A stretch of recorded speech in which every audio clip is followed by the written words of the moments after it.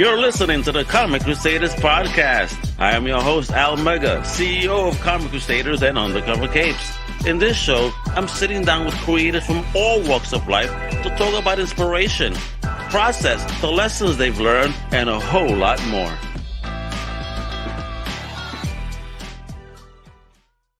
Wepa, what up, mi gente? It's your boy Al Mega in the building. Thank you for joining me today for another Comic Crusaders podcast. And today, folks, you know how we do in Comic Crusaders podcast. We really do talk to people that, have gone through many different types of journeys, right? Today, let me tell you, you guys are going to be uberly impressed by the person I have on today. He is an author. He is a motivator. He is a coach.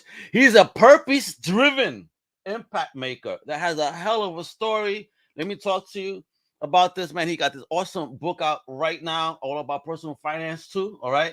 I mean, he's over here trying to help us get educated and step into the world and just kick ass like he's been doing for several years. Wait till you dig into this story, folks, because it's pretty deep.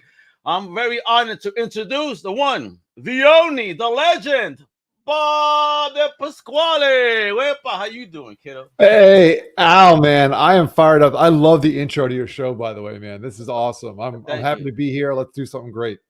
Absolutely doing things that are great, man, because you've been doing things for several years. I mean, you got a hell of a story behind you, and I want people to know this. But before we even do that, a big shout out to Alex Filipino, podmatch.com, which is where we got hooked up. I got hooked up with Bob. We met through there. Podmatch, a fantastic platform. So shout out to Alex over there.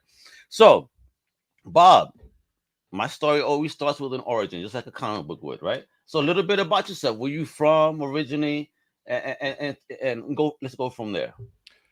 All right, let's do it, man. I live in South Florida right now. I spent most of my life here, but I was originally born in New York in Long Island. And Long Island, the Epa. All right. Yes, sir. I was born up there, lived there for the first 3 years of my life, and my parents left the cold weather. They said, and it's not even that cold up there if you compare it to some other parts of this world. They said enough. And your father just didn't want to shovel no more. He said, I'm done. Exactly. Father didn't want to shovel.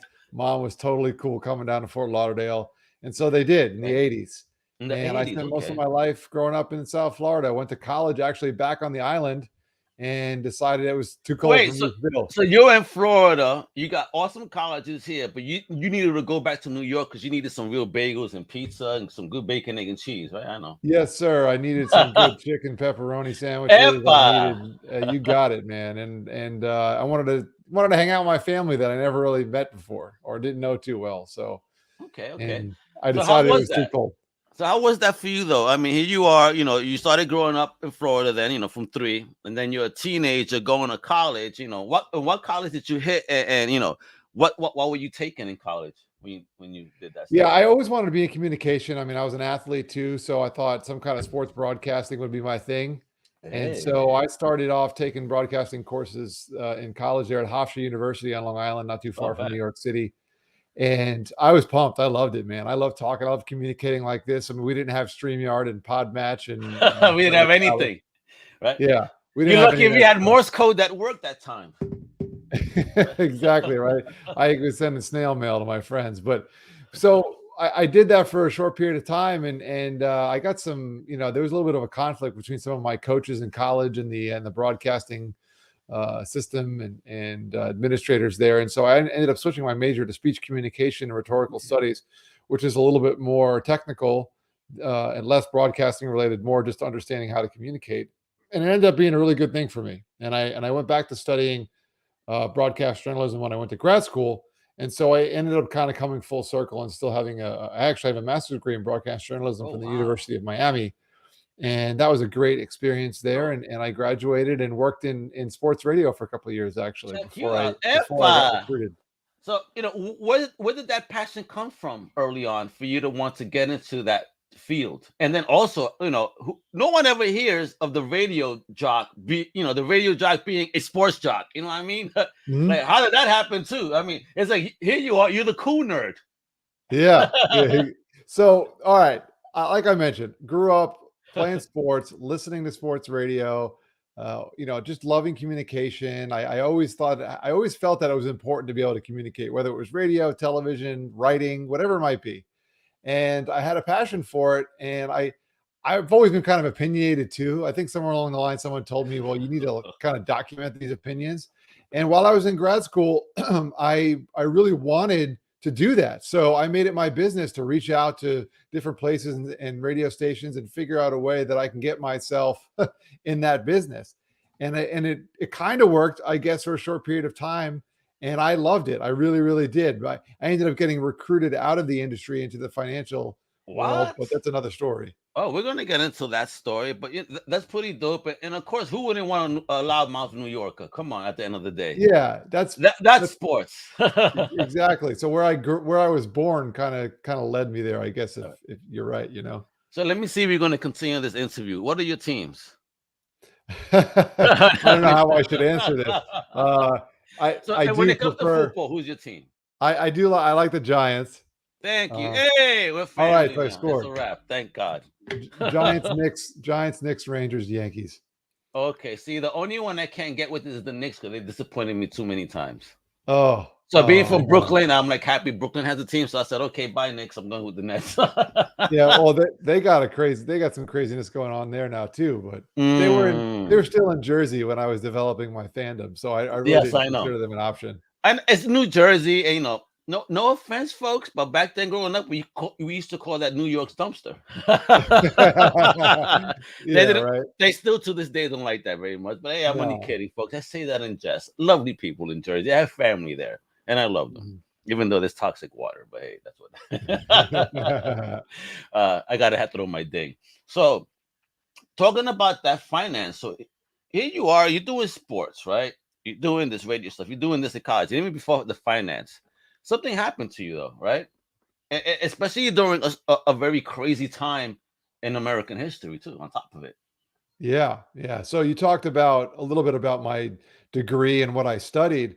To be honest with you, that was all a blur that whole period of time because of what happened to me. I was in my freshman year, before the school even started. I was in training camp to play football, and like I said, I was this invincible 18-year-old who I didn't think could be taken. I think at 18 we all think we're yeah, of course, man. When we're 18, nothing can stop us, yo. What? Yeah, right. You're invincible. You can't. Nothing no? Can take you down, right, man? So, so the first thing that I realized that could take me down at that point, or at least I thought, was a groin injury. Now, I don't know if you've ever pulled your groin, but there's not a muscle that you think about. I mean, to be honest with you, I don't want to pull that. You can't walk, you can't sit down, stand up, twist around. It's brutal if anyone out there has ever pulled a groin muscle. So I thought I had this groin injury for about a week, and I was doing these rehab exercises in my in the training room. Now, a training room on a college level is way different than a training room in high school. It's like 5 times the size. Training camps, 5:30, 6 o'clock in the morning. There's 100+ people in there getting rehab. You know, there's doctors, there's trainers. And I was doing these exercises. Now, picture a stool, but instead of 3 feet, or 3 legs, it's got 3 wheels. So my rehab exercise is essentially to shimmy across the training room, which was a project because you're dodging people, right? And I was doing this for like a week, for 20 minutes, half hour every morning. And it's tiring, especially when you think you have a groin injury. It's painful. It was not comfortable. Yeah, you're going through pain already, so it's not going to be an easy task. Yeah, exactly, right? And so our head trainer, who's all of like 5'6", 140 pounds, soaking wet, stands up. Now, it's so loud in there in the morning. There's loud music playing. You know, you're trying to get yourself energized. The clang of weights and people instructing you and screaming at you. I get you, man. Exactly, man. All of a sudden, but at least I felt at the time, all of a sudden he went silent, like dead silent. And Rick stands up. He could never just say anything. Like, he had to stand on something for anyone to be able to see him. The soapbox. Yeah, he stands on his soapbox, whatever it is. And he yells out, "Bobby." Now, they called me Bobby at the time. What are you doing still in the training room? You can't continue to do this exercise. You got to get back on the field and practice. And that took me from this, you know, I guess macho, invincible dude thinking, oh man, the trainer is calling me out. This is not a good sign for this little freshman kid from Florida. And I ended up telling him, listen, Rick, something's wrong. This is not, you know, it's not whatever. It's not working. So we had a more serious meeting. But you were really honest though about it. You weren't trying to be, you know, in essence, macho and hide whatever you were going through. No, Okay. not at all. At this point, I was frustrated, but also a little like, okay, what am I going to do? Am I nervous? Am I, I didn't really think that much of it. I figured I just needed some different treatment plans or processes. And he sends me to a doctor though. He goes, listen, if this ain't working, it ain't getting better, you got to go see a doctor. So I did. And Al, I had every test in the book, CAT scans, ultrasounds, MRIs, you name it, X-rays, whatever. And over a period of a couple of weeks, right, leading up to what was supposed to be my first college game, I had all these tests. I had an appointment with a doctor on a Thursday. Okay. This day was the same day that my parents were supposed to come up for my first game, which would have been Saturday. Now, I didn't end up playing in the game. I didn't expect it at this point because I could barely walk, no less run. And I remember the doctor sitting me down, and he's like, Bobby, you have cancer. What the fuck? At 18? I was like, I'm 18. I didn't even know what that meant, really. I mean, you know what cancer is, but I was just blown away. So I leave. You think this is an old people's disease? What are you talking about? Exactly. Right? And we're ignorant then, folks. And I was having these appointments that were like hours long and tests and everything. And this was like 5 minutes. He was like, you got cancer. We got to figure out what to do. I'll call you. Like it was this craziest thing. So I walk out of this appointment, and my parents had landed at the airport, and they were on their way to meet me at my uncle's house, which is where we were going to meet because my family lives on the island. And I had to tell my mom. She's like, well, how'd the appointment go? And I was like, Mom, they said I have cancer. And it was like dead silence on the other side of the phone, except I could hear my dad like yelling in the background, Susan, like my mom's name is Susan. Susan, what's going on? Like he could tell something was wrong. Yeah, she probably turned pale white. Like, what the hell did my son just tell me? You got it exactly, man. So we get back to my uncle's house, and we shed some tears. We're looking at each other, flipping out, like what's going on? God, I can't imagine. Like we didn't know what to do. So a couple of days go by. That Friday, I had a bunch more meetings and doctor's appointments and everything. Now Saturday comes, which is the day of what was supposed to be my first game. Obviously, I wasn't there, and we're sitting there, and my uncle's best friend comes over his house, and we've never met this guy before. Remember, we're in Florida, and he hands his keys to my parents. It says, Bob and Susan, I can't even imagine what you're going through with your son right now. Take my car. You can use it for whatever you need for as long as you want. I'm sure you got tests and treatments and things to do. Wow. And it was amazing. I got goosebumps on that. Yo, what? Incredibly generous move by this guy. Tim, his name was. God bless. And he leaves 15 minutes left. Now he was there for 15 minutes, maybe, and just left. That was an angel, man. Let me tell you. Yeah, just completely left. And we're looking at my uncle like, man, this is a nice guy. This is an awesome, what a great friend. So a couple days go by. It's now Monday morning. I had some tests. We used Tim's car. My oncologist had already recommended that I don't drop out of all my classes. So I actually went to my first college class on Monday morning. And we spent the whole day after that driving around. And then pretty normal evening, wake up Tuesday morning, go to my second college class ever. I come out, and I went to the cafeteria. I was hungry. I'm sitting there eating like a breakfast burrito or something. And you remember those televisions that were like a tube television that would hang from some brackets? Oh, yeah, I know, man. You're like, is that going to fall? Because I don't think that could hold it up. Yeah, right? I know what you're talking about. It's hanging in the corner of the ceiling there. And I'm sitting there watching, and the news is on, and a plane hits the Twin Towers. And I'm like, whoa. That's pretty crazy. So I called my dad, and I was like, hey, Dad, you're watching the news here? And he's like, yeah, I'm watching this. This is crazy. And while we're talking, the second plane hits the other Twin Tower. Nuts. And we're looking at like talking to each other, like, what's going on in the world right now? My dad's like, you should probably come back to your uncle's house. I don't know what's going on here.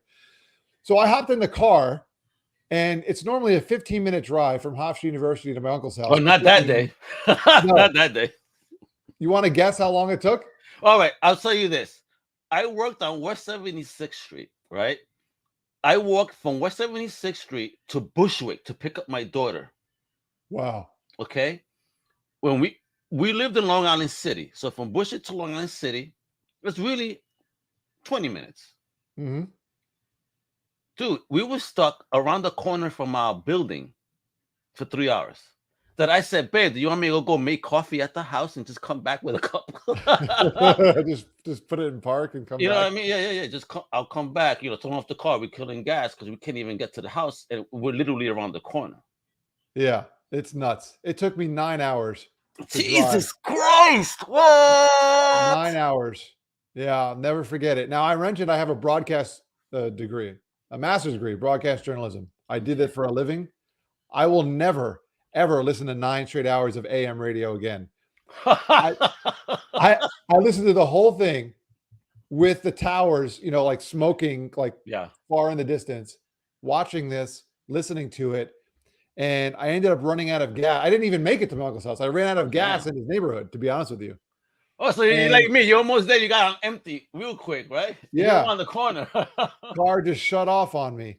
And we pushed the car into my uncle's driveway. And we went in the house. And my aunt is there. And she's absolutely hysterical. Like, she's going crazy. I mean, it was a nutty day. My mama saw the second plane hit from our window in Brooklyn. Wow. Because we had a view of the Manhattan Beautiful from Greenpoint, where I grew up. You saw it. So I was working. So my wife, listen, our daughter was just born, basically she's under a year old, a couple of months still. So this is all going on. And the only person that my wife could speak to is myself and my mom. And then there was that moment where my wife and my mom are speaking, that my mom's looking out the window and she sees the second plane hit with her own eyes, not on TV. Nuts.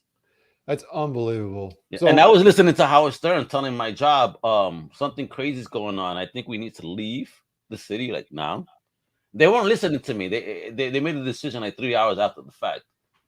Wow. And not me. I said we should go now. Yeah, that's crazy. So my aunt's going nuts. And my uncle was on business in Denver the night before. Supposed to fly home that morning. And she couldn't get a hold of him. So finally, it's like, I don't know, maybe 6 o'clock at night now or whatever. And she gets a call from him. Hey, I'm okay. Stuck in Denver. Thank God I'm fine. Don't worry about me. But his best friend Tim was in the tower and died. And it was unbelievable. This guy had just come over and an incredible act of kindness. Oh shit. The dude that gave you the car passed. We knew him for 15 minutes and he ended up dying on that day. So it was, needless to say, man, it was a crazy time. Like that went from thinking I'm invincible on top of the world to having my life threatened, and then potentially all of our lives threatened in the whole world, to be honest with you, at that point. So yeah, it was a crazy period of time there. And it took me, I ended up, praise the Lord, 4 months I had super aggressive form of testicular cancer that had spread to my abdomen. But it was extremely curable. So my doctor said it's a good thing we found it. Otherwise you'd be gone, but we did. So in about 4 months I recovered physically, but so let me ask you, just for us dudes that don't go to doctors and stuff like that, what type of pains were you feeling? That's a great, I'm really glad you asked that question because not everyone does. And man, because listen, man, I'm a dude. I got testicles, and I need to know, like, if something's wrong, like when should I go? Like, what are the warning signs? Yeah, so the first thing I'll tell people is err on the side of go, no matter what it is, because I've spoken with a lot of different people that have different symptoms, no symptoms that may be more severe, but ended up not being anything, but it was totally worth it to go. And so for me, the main thing was it really felt like a pulled muscle. It was sore and it hurt when I moved. In that area. Yeah, just in the whole area. It was just, on the side, it was the right side. So on that side, it just felt like when I moved that leg or twisted, or it was just really, really sore, like a bad pulled muscle. If it's super advanced, I mean, I talked to the doctors about it. If it's super advanced or in a own way, it should feel uncomfortable to the touch also. I didn't experience that as much, but if you feel like it's not the right shape, then it's definitely a reason to go get it looked at. That could also deform. Yeah. Holy smokes, bro! I'm learning here. Again, I want to educate because folks, again, we're all creatives here, right? And a lot of us are sitting down all day. And I mean, I know sitting is not good. I mean, especially for artists and writers that are sitting all day, and Yeah. that it's not healthy, man. Sitting down is death a lot of the time. Yeah. Now, if you've got discomfort down there, I wouldn't mess with it at all. But especially if it feels, shaped incorrectly, or there's a bump, or Oh my it's gosh. raised or something like that, you definitely want to get that looked at. I don't want to freak anyone out, because there's plenty of other reasons why those things can happen, but those are pretty good warning signs. Now, for me, like I said, I'm lucky it started hurting, because I wouldn't have known it, and the doctor said it was probably been there for months already. Oh I had just had no wow. idea. And it was the fact that it had worked its way up into my abdomen that caused more of the soreness. Oh really? So Yeah. all the way up in the abdomen, but you're feeling it all the way down there. Crazy. Yeah, That's it. it just so picture, so like, if you catch it early, all you need to do is treat that one specific area. For me, I had to go through chemo because it had spread, but like I said, because of Oof. the spreading, it created a larger area of discomfort, which ended up Okay. being a good thing in a way. I mean, I wouldn't want anyone's to spread, but thankfully it hadn't spread beyond just the lymph nodes But there. because of that, it was that indicator. Let me go. Something's wrong. Get yourself checked out. Absolutely. And another reason why I have all kinds of other stories about fertility as well. Another reason why you want to get those things checked out is for fertility, guys. If you're a guy out there, for sure, don't mess around with that. Yeah, man. I mean, if you wanna have kids, come on now. It takes two, not one. Exactly. We got to keep our boys healthy, if you will. Yes, Um. sir. You got So it, man. So that's what I went through at yeah, that point. And so you talk about like my life going through all these transitions. yeah, man. Because I that was 4 months, and now you're cancer free. But what about the mental side of that? Because mental health is important. How were you dealing with that just mentally? at the time, I still thought I was invincible. Some crazy way I didn't think cancer would ever Really? beat me. You were like I F cancer. Yeah, exactly. Before that was even the cool thing to say. I Yeah. was gonna take it down. There was nothing that was gonna stop me. It was basically back to athlete's mentality. I wasn't gonna lose. I was gonna train harder than anyone else. I was gonna work, get up, be the first one awake, and I did. I really treated it like I was training for the NFL Combine or something. I mean, everything that my doctor told me, I did exactly what he said. I drank the exact amount of water to the ounce. I slept. I set my alarm and went to sleep at the exact same time every day for 8 hours exactly. I ate nothing of what he told me not to eat, like sugar and certain other types of carbohydrate, but I ate everything of what he told me to. Yeah. I showed up for my appointments 15 minutes early. I Mm. went to the bathroom at, on the hour when they told me to go to the bathroom when I was getting saline, additions to my treatments to kind of flush the body. Yeah. I had to give myself these shots Oof. for 10 days after a week of treatments were over. So I turned that into this, Crazy. primal scientific process. So it was really me at the time. So you asked, how did I get through it mentally? The way I got through it mentally was just powering through as if I was doing everything.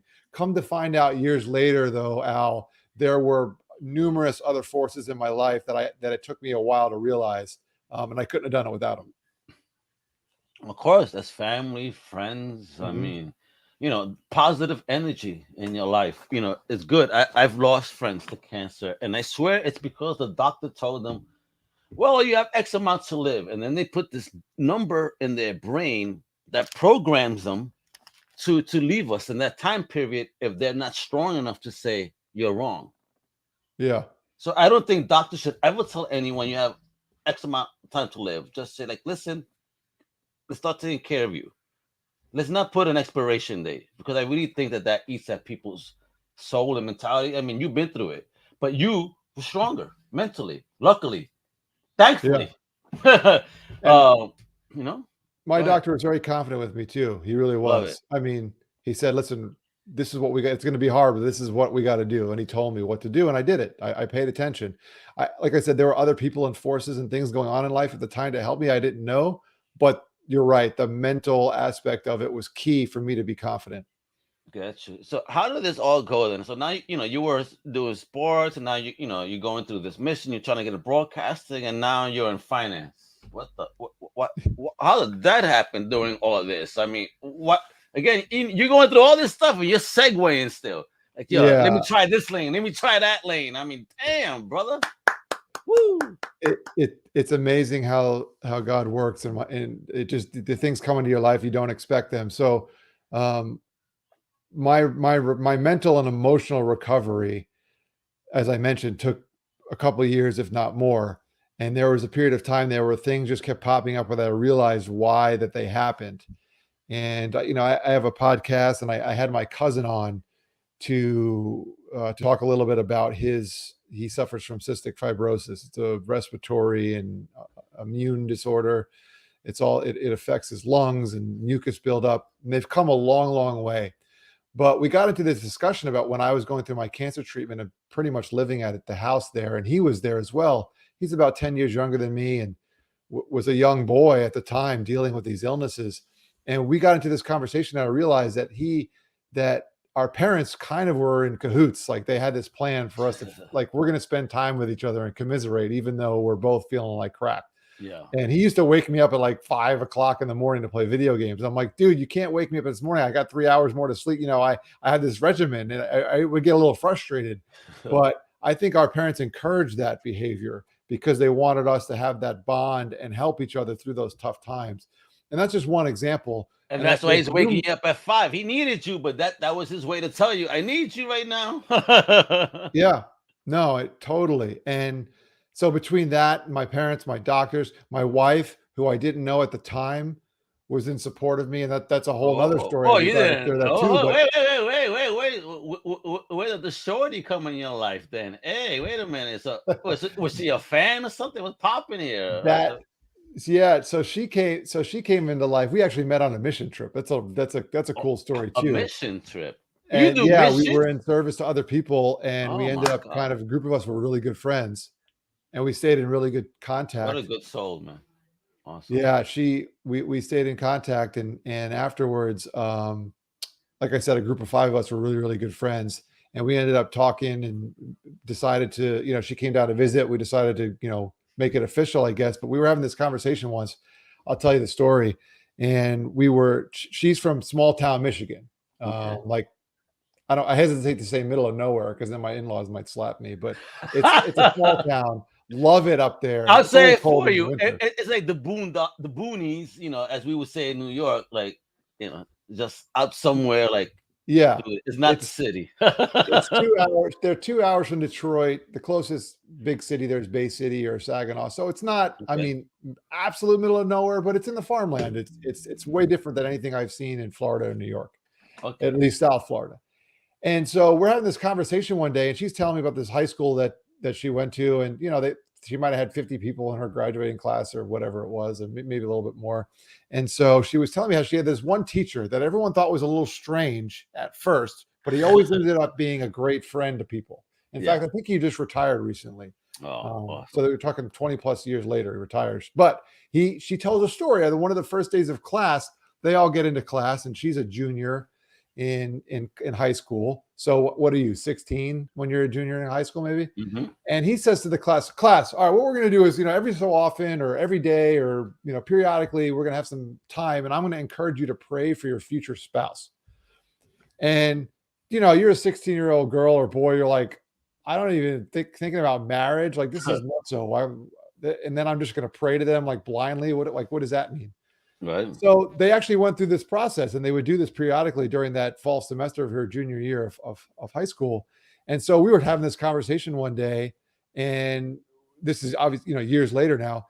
And she tells me, she's like, yeah. So she started telling me about her teacher there. And I was like, oh, so, and we figured out how old she was. While she was a junior in high school, I'm 2 years older, or a year and a half. I was a freshman in college. Oh. So while I was going through that whole treatment. Oh, she was the coochie going out with a college man at the time. Right? Yeah, exactly. So anyway, so she was praying for me that whole time that I was going through that. It was just, and our minds were like our head just exploded when we kind of put the math together and did all that. And so between my cousin, my oncologist, who I never would have met if the sister of my cousin, so my other cousin who I was telling you about, one of her best friends in school at the time, her dad was an oncologist. And he ended up being we never would have gotten to see this guy if we weren't friends with him, because he had a laundry list of client, potential patients. So between that, the time with my cousin, my wife praying for me, which we didn't even know about me. My head trainer, Rick, who I thought was just giving me a hard time, making this random decision that wasn't normal to just send me to a doctor, admitting that he couldn't help me, that he wasn't doing his job well enough as a trainer. So all of these things put me together. And you asked the question of how I got to where I am today. Well, when I put all that together, when all of those finally settled in with me, that I couldn't have done cancer by myself, and that no matter how strong and athletic and young and perfect and invincible I was, that I needed other people and things in my life to be successful and to make it through.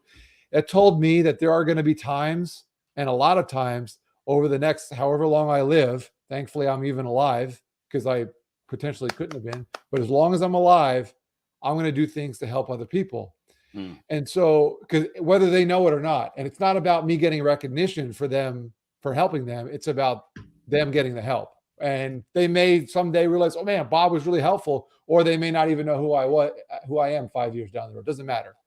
So when I went into broadcasting, I always had it in my mind that I was going to use that platform to make a positive impact on other people in the world. Wonderful. And I didn't know how I was going to do it, but I was going to do it. And so somewhere along the lines, some of the business practices of the radio conglomerate that I was working for just kind of rubbed me the wrong way a little bit. And I thought, I don't know if I'm going to be able to accomplish this mission of being a positive impact to people in this role that I'm in now. Yeah. And I had a recruiter come to the office that the school that my wife teaches at. And I don't know why, to this day, I cannot figure out why he went to an elementary school and that elementary, middle school, preschool to look for potential financial professionals. But he went into the office and he said to the ladies in the office, hey, do y'all know anyone who wants to work in finance? And they all looked at him like, no, what do you like? Why are you here? Who wants to do that boring stuff? Yeah, exactly.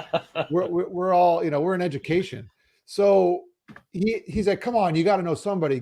They gave him my wife's phone number. He leaves a message immediately. She's not going to answer. She's teaching her class.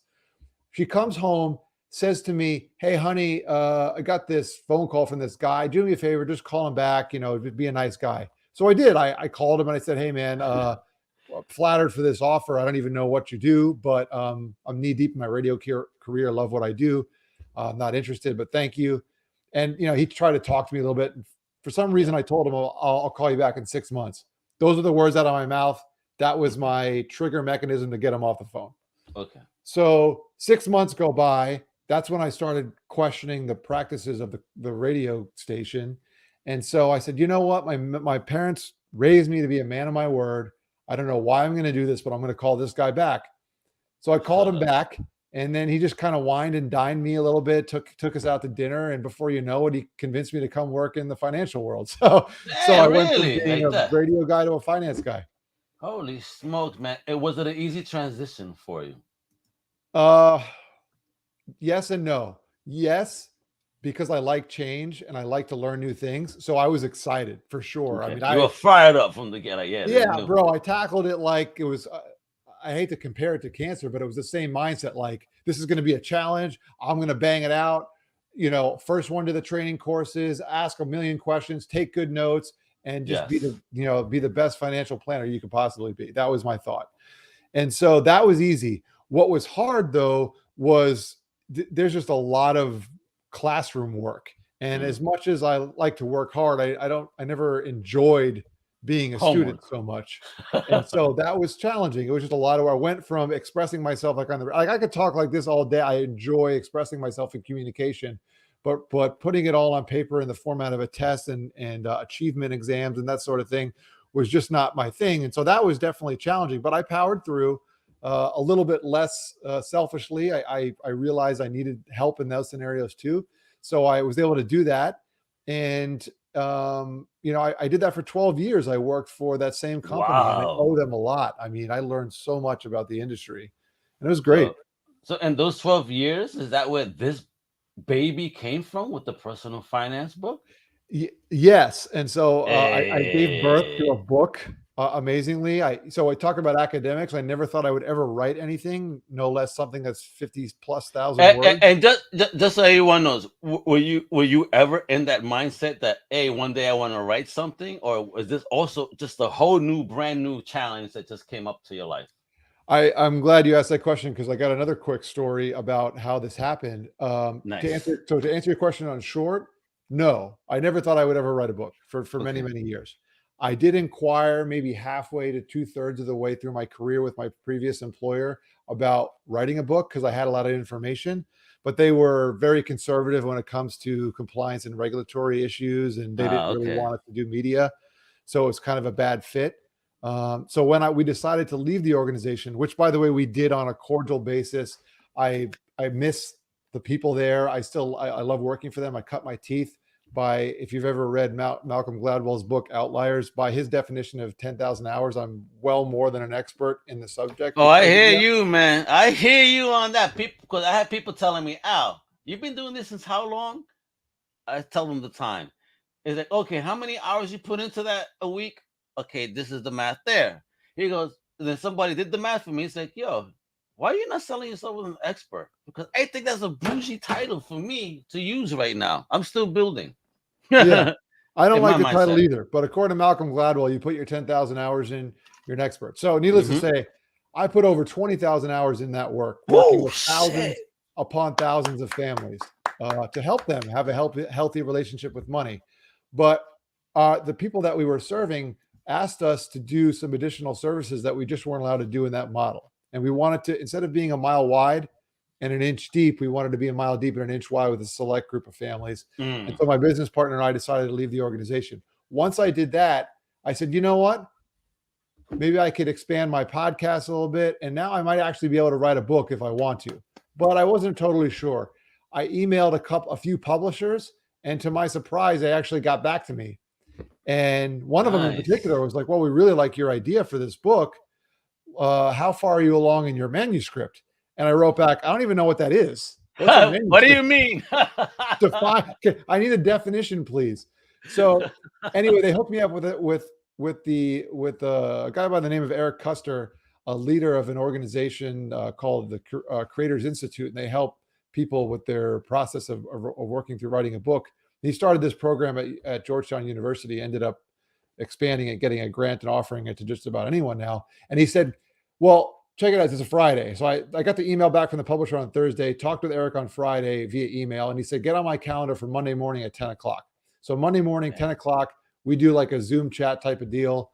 And he tells me all about this program. I was like, wow, this is pretty cool. And you know me, like my dive in mentality started getting excited. But then he goes, well, we start in about 2 hours. The first class is at noon today. And I'm like, that's crazy, man. Like, I'm about to start a new business. I don't have I don't have the time. And he said, well, just let me know. So we hung up. And if I would have had 2 days, 2 weeks, or any two longer than that, I would have probably said no, but I just dove right in. So how did I get into the book? I had some ideas, but I had no formal anything down. But when you put a time constraint on something, it's just You amazing. figure it out. Fresh. Like Yeah. I'm a deadline writer, I guess. Like that was the impetus to get me doing it. So I did. And if it wasn't for that program that I just mentioned, I never would have had as effective a text as I think I have now.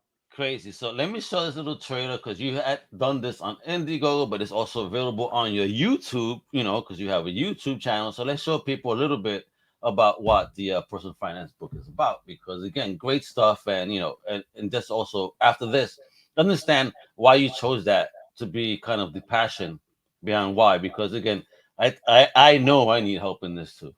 Trust me. All right. So let's show this awesome video. My name is Bob DePasquale, and I'm the author of Personal Finance in a Public World.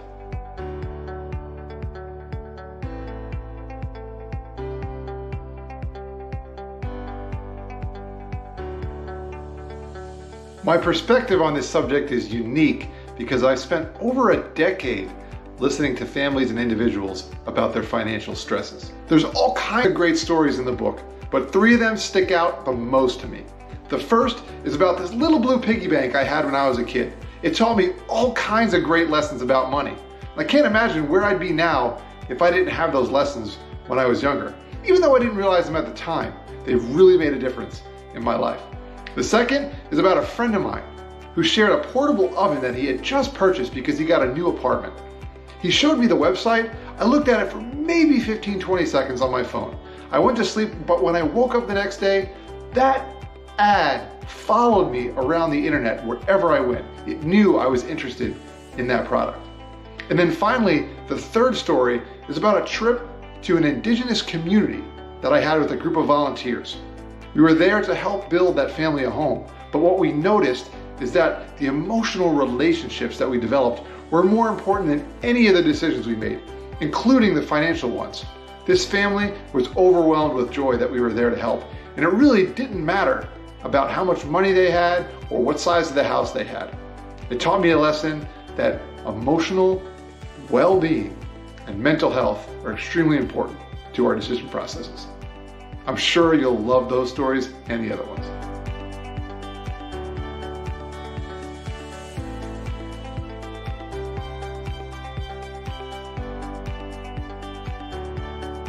My hope for this book is that people will look at finances and technology as tools and not goals. You will love this book if you're interested in taking charge of your financial life using the most modern technology to your advantage and living a long, healthy financial life. My name is Bob DePasquale, and I'm the author of Personal Finance in a Public World.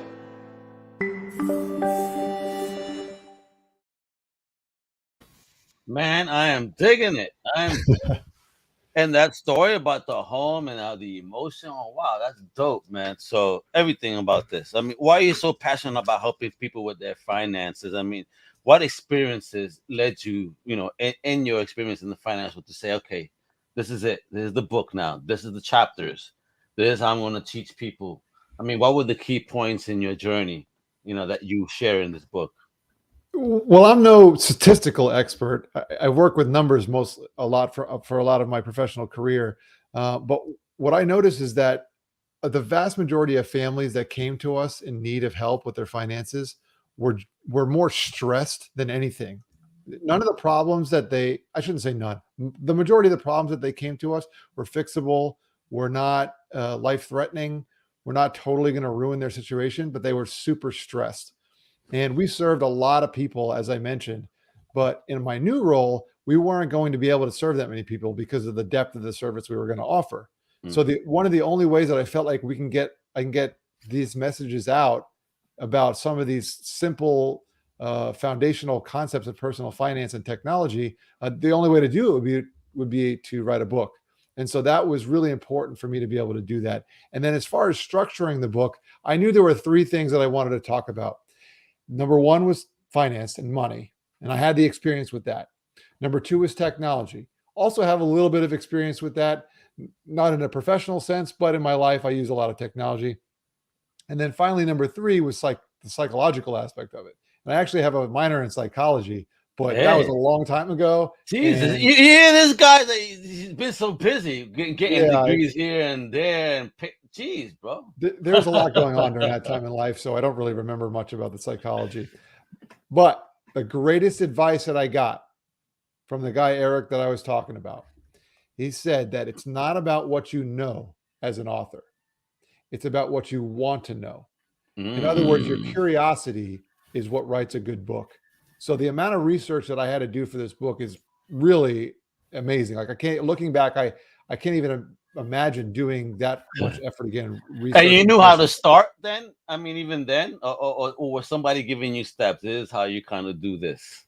Well, that program that I went through really helped me. I mean, they were not going to give you content or ideas or expertise or anything, but they would say, you're going to need to do this if you want it to be an effective chapter or effective book. And they helped me lay out the process of how. I mean, I interviewed 50 plus people for this book. Oh, damn. Wow. Check you out. So they have the get her done mentality without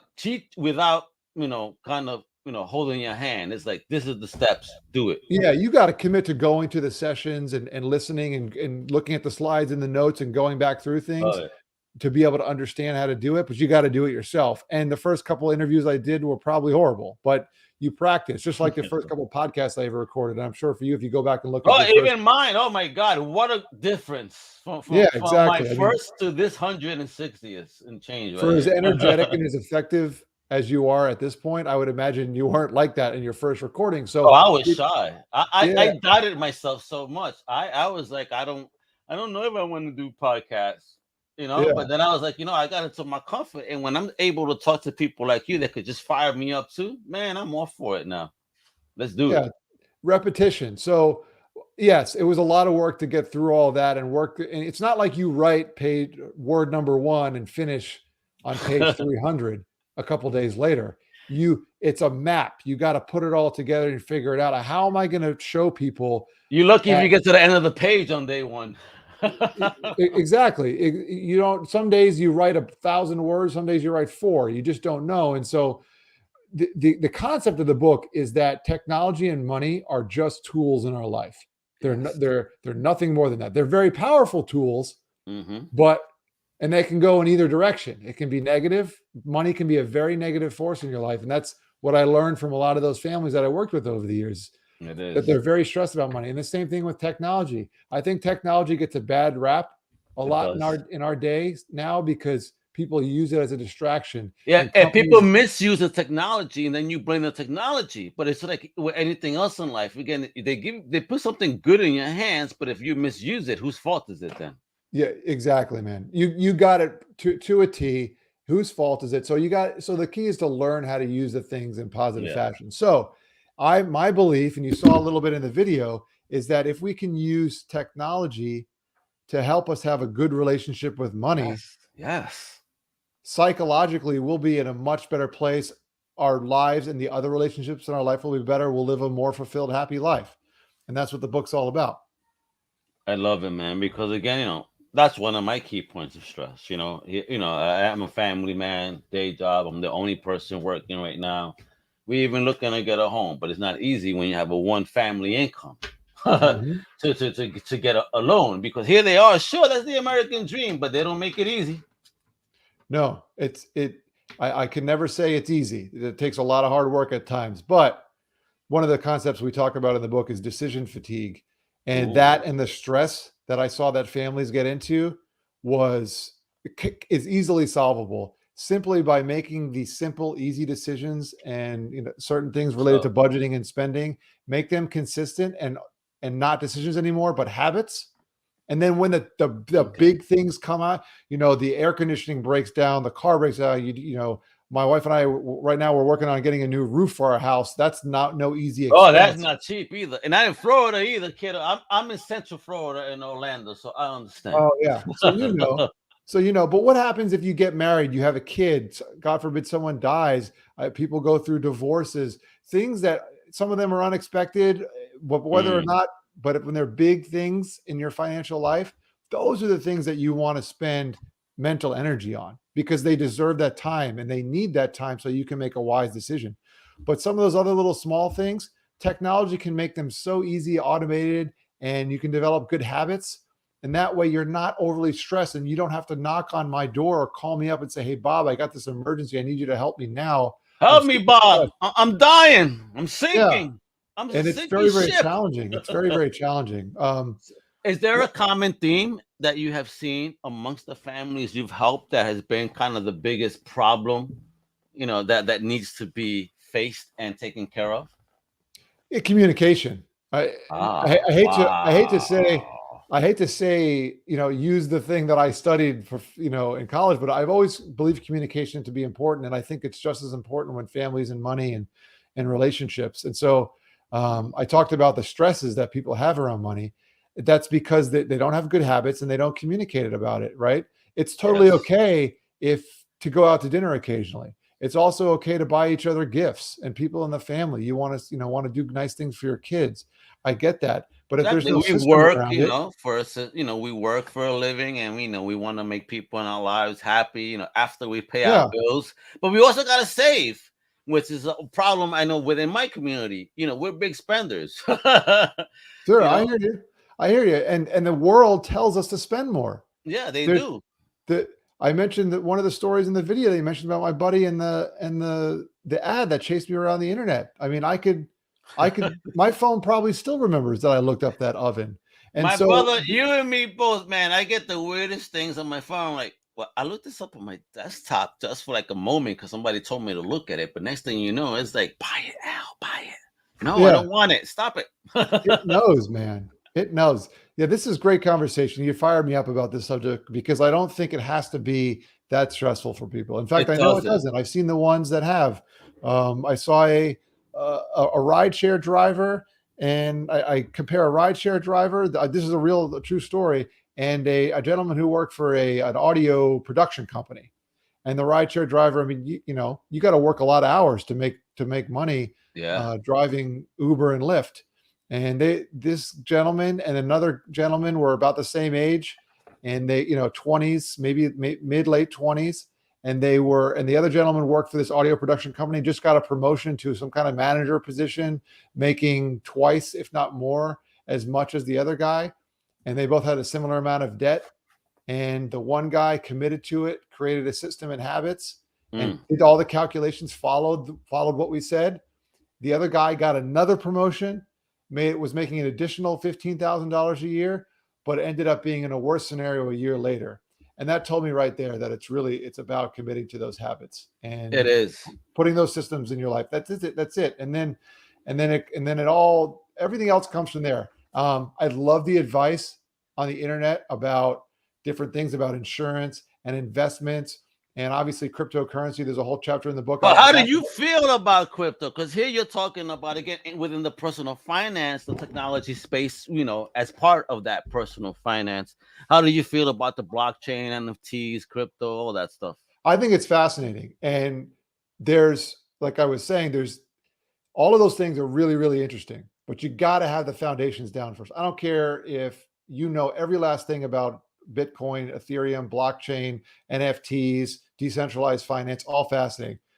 You got to have the basics first. That's the key. How do I feel about them in general? I'm fascinated by it. I love modern technology. I mentioned about this. Both. I think it's interesting. I think everyone should have a basic understanding of how decentralized finance works, which digital currency works. Yeah, man. Yeah. I mean, what in layman's terms, digital currency, folks.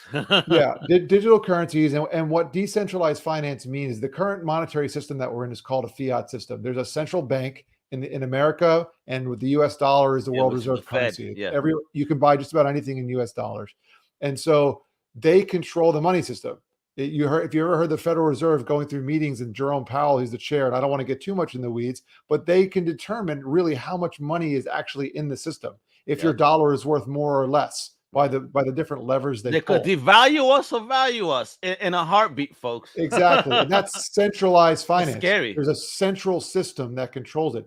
Decentralized finance is what blockchain and cryptocurrency promotes, because then there is no one entity that controls everything. It's all private, and you control your own supply. Yeah, with transactions that you could see and know who did what when, via the transaction and the ledger, if you will. Yes, and that's a great word, Al. That's what blockchain, at least from a money perspective, is. It's simply an electronic ledger.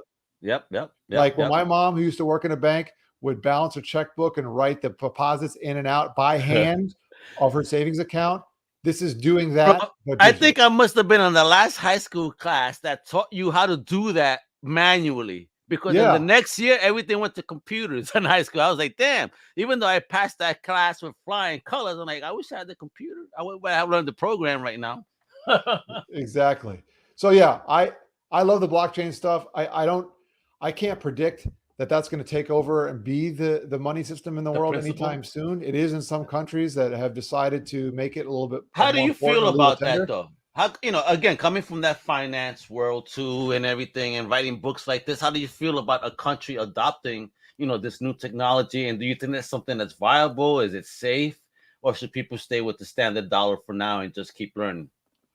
I think everyone should, first of all, have an understanding of what it is, because it's fascinating to think of a new money system. And if we ever make a more serious transition, you're going to want to know what it is. And if especially we to don't, a world economy, right? Which what yeah, this could lead to. I think at worst case scenario right now, especially Bitcoin, because it's the most established form of cryptocurrency, it's not going anywhere. It's going to be some sort form of investment class at the very least, where you could put money into it to try to make more US dollars. But on the other end of the spectrum, it could potentially become the currency of the world, The de which means facto, that yeah. you're going to want to, then you're really going to want to know what it is. So I think people should absolutely Not have be an afraid of it, understanding. right? You don't need Bitcoin right now to survive, especially if you're retiring or anything like that. So there's no need to have it. We're not at that point yet. So I would not tell anyone that you must have it. But I would tell, for a lot of people, especially younger people that have a long time horizon, having a portion of that in your investment portfolio, if you're at the point of investing, is a wise idea, considering that it could be very, very important in the future. But we're at the very early stages. I mean, think Yes, about we it. It's are. only been It's around still a for a baby. decade, a little bit more. Which It's is still a nothing. baby. Yeah, it's still a baby. It's not even in his teen years yet. No, it's not. But love to No. talk about it. And from a personal and like a moral perspective, I really do believe in the concept of decentralized finance and allowing. I mean, for me and you, and for most of the people like in the United States, they have access to what it gives us a things that they fighting need. chance of some wealth. Exactly. But there's some people in other countries that's the only way they can keep their money from the government. So Yeah. it's a different world in other places. So I believe strongly in the mission of it. Gotcha. So hopefully we'll find something, you know, that common base where everybody could learn and enjoy, profit, and, you know, hopefully change the world. And let's bring on this world economy now. I think that's what we really need, you know, and I hope with the unity. You know, but of course, you know, again, and with the blockchain, you know, it won't be a small percentage controlling the wealth either, which would be great. Yeah. Hopefully. I mean, as it is right now, they say the rich get richer, but for the most part, the system is designed for people that are able to have leverage with their money. And if you're living paycheck to paycheck, you can't do that. There's no leverage. Yeah. Yeah. You can't use, a lot of people will have a mortgage in their life, but that's it. You know, most people are not making money off of making money or making money off their money. And that's hard to do. It's very hard. So, I mean, that's the goal for everybody. So, my brother, you've been an amazing guest, brother. The gems you're dropping, the passion, your energy, dude. I want to have you come back on. I think I'm going to do the Crusader Con this year, and I think I want you to come back on or talk some more finance and educate some people because, bro, I love how you talking here, brother. I love the energy, and I see that your spirit is genuine and wanting to help. So, last people's advice that you would leave anyone, you know, again, you know, why do they need this book in this life, and where can we buy it? You can check it out on Amazon. The Personal Finance in the Public World: How Social Media, Technology, and the Ad Space Affect Our Money Decisions. Amazon's the best ways to get it. You can get it on Kindle. There's an ebook version. Totally easy to pick it up there. Can we visit your website too, right here? Yeah. Hit bobdepasquale.com if you want to look for my social links, or you want to shoot me a message or see my blog and learn about the book. The other website, initiateimpact.com, is my company. So if you have personal finance or family finance and business questions more directly related to money, then hit me there, and we'd love to help you out. Yeah. But yeah, the book is really designed to help people de-stress around money and technology and use it for positive force. Well, great, man. I'm gonna put this on my shelf, and hopefully, are you gonna be doing any book signings anywhere anytime soon, so I could get an autograph from this bad boy? Yeah, I mean, so listen, if someone purchases my book, I'd be more than happy to autograph it for them. As of right now, because of the pandemic, I don't have any in-person scheduled signings. I had a couple Zoom meeting type of virtual signings.